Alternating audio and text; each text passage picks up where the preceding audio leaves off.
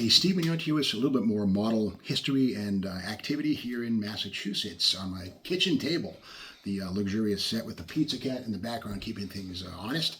And with that said, I've always been a fanatic of JoHan models. You know, if you watch this channel, we've done a bunch of videos on JoHan model kits. Kind of the Detroit model industry underdog. John Hanley, JoHan, 1947 till about 1987 or so, of the years that JoHan had a pulse and a heartbeat. They still kind of do. Okie Spaulding is trying to get the ashes fired up, and maybe JoHan can come back to life. We'll see more about that. But as a kid, I used to love this kit right here, the JoHan 62 Dodge Dart, available as a convertible or this hardtop. And in fact, this is a later one, the USA Oldies. These were made in the early 1970s, mid-70s.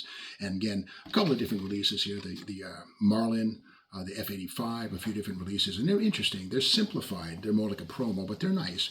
And in fact, inside, the kit itself is kind of like a promo. There it is right there. The suspension details are kind of there. The torsion bars can be seen here. It's sort of like Revell did, but this plastic torsion bars that actually work. Dual exhaust, 361 4-barrel car for sure, and kind of cool little model. So when I was in college, probably a junior in college, I built myself a Ram Chargers What If. And this is a JoHan. This was molded in white plastic. Some of these were red, some were green. But I built this sort of the long Ram. That's the Chrysler 300 engine out of 1964 Chrysler right there, the long Ram 413, which I made into a 440 out of an NPC Monaco police car, and made my own sort of What If. And this lettering on the side is India ink, which I put on there with a little pen, and some press type letters, Taylor's Motor Sales. But that was stuff that I wrote there, the Ram Chargers. And the Ram Chargers actually had a car that was similar to this that they ran in 1962 with a long Ram, I think for one race. And funny, the actual production Max Wedge 413 came along and replaced this long Ram stuff. But I went underneath and I got some plaster up tubing, made my own replica of a Max Wedge dual exhaust system with the dump caps, and even, you know, the JoHan rear axle, the 8 3/4, and the chassis on this thing.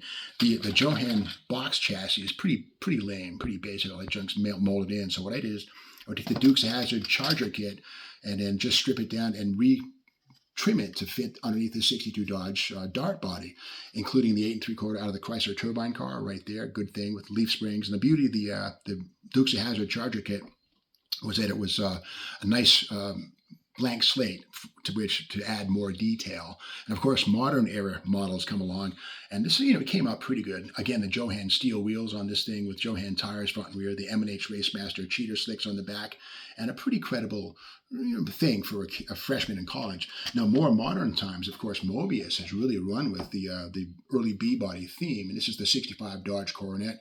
This one is the sedan, which can be built with a slant 6 or a 426 4-barrel engine. And this is a great kit right here. The body is beautiful. It's not resin. It's basically, you know, a beautiful die cast, or, you know, an injection molded plastic kit right here. If JoHan could somehow clone this kit, add this detail, and come up with kits like this, it'd be a grand slam. And the chassis in these things are really good. Great detail, ready to be added. Leaf springs, torsion bars, the whole stuff. The interior's not just a pan like these things, but rather, you know, it's a bunch of pieces. You know, JoHan, you know, Mobius, whole different thing. So, you know, the industry evolves with time. And speaking of JoHan, I snoof around on eBay a lot, and I found something kind of cool. This is something that attracted me, and I bought this strictly for the box.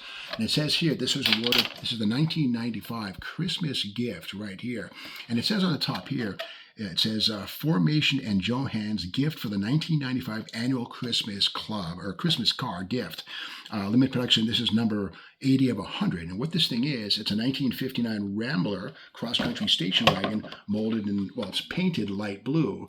And it's not it's a promo for sure. It's an XL model is what this thing is. Now the question is, was this given in the 1995 JoHan or XL employee Christmas as a gift, or was it something given away by Formation to kids? Don't know, as a gift for Christmas 1995. So the mystery continues on this thing here. I did call Okie Spaulding. He couldn't fill in the blanks as to what Formation was or is, but he said he was familiar with the fact that JoHan did give promos to their employees for many years, and it's possible this was a 1995 gift from JoHan/XL or Seville. Choose your umbrella, and maybe it's something from JoHan's legacy. Don't know. More to be. If you find more on that, we'll learn it and share it with you.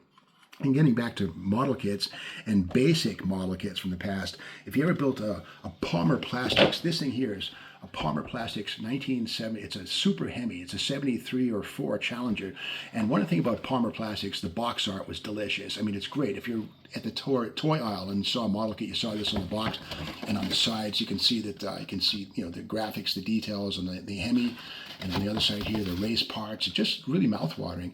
Any kid would want this, right? Well, the problem is you open the box and you realize the body sometimes was many pieces, or that it was a cloned MPC or AMT kit. In fact, the box art on these things is very much a tribute to the AMT and MPC box art. The panels with the little illustrations. A for effort, D for execution on Palmer Plastics models. I've got a bunch of Palmer Plastics kits coming. I bought them on eBay, and when they arrive, we'll probably do another video outlining the strengths and weaknesses, mostly weaknesses, of the Palmer Plastics empire. And getting back to that sort of thing, these are toys, definitely. The Messerschmitt right here, they're cool little cars. They're actually the IBM Isetta. That's what these things are. Hold your letters. But the Isetta was a cool car. But these were more like a toy, and they're molded in sort of a rubberized, like a vinyl, plasticky kind of stuff. But the thing of it is, if you pay attention to the details, you'll see that the wheels on these things are not the same. These have little wire spokes, and these have more, coarse, heavy-handed spokes. Even the treads on this thing are present. These tires have no treads. So even on something as simple and goofy as these, the varieties in the kit or the product can be interesting to study. That's what I do. I call it scholarship, model car scholarship. Not winning a scholarship, but being a scholar about these models and determining their history. And we had a talk with Oki a few minutes ago, Oki Spalding from JoHan Reborn. There's a guy named Bob Tate, I think, who was with JoHan from JoHan through Seville and XL. And we're going to try and get an interview with Bob Tate to get his take. And Bob Tate's still very much alive and well. We're going to try and get Bob Tate's take on his years with JoHan to learn more about this and what it means in the overall picture. So until then, thank you for watching this video.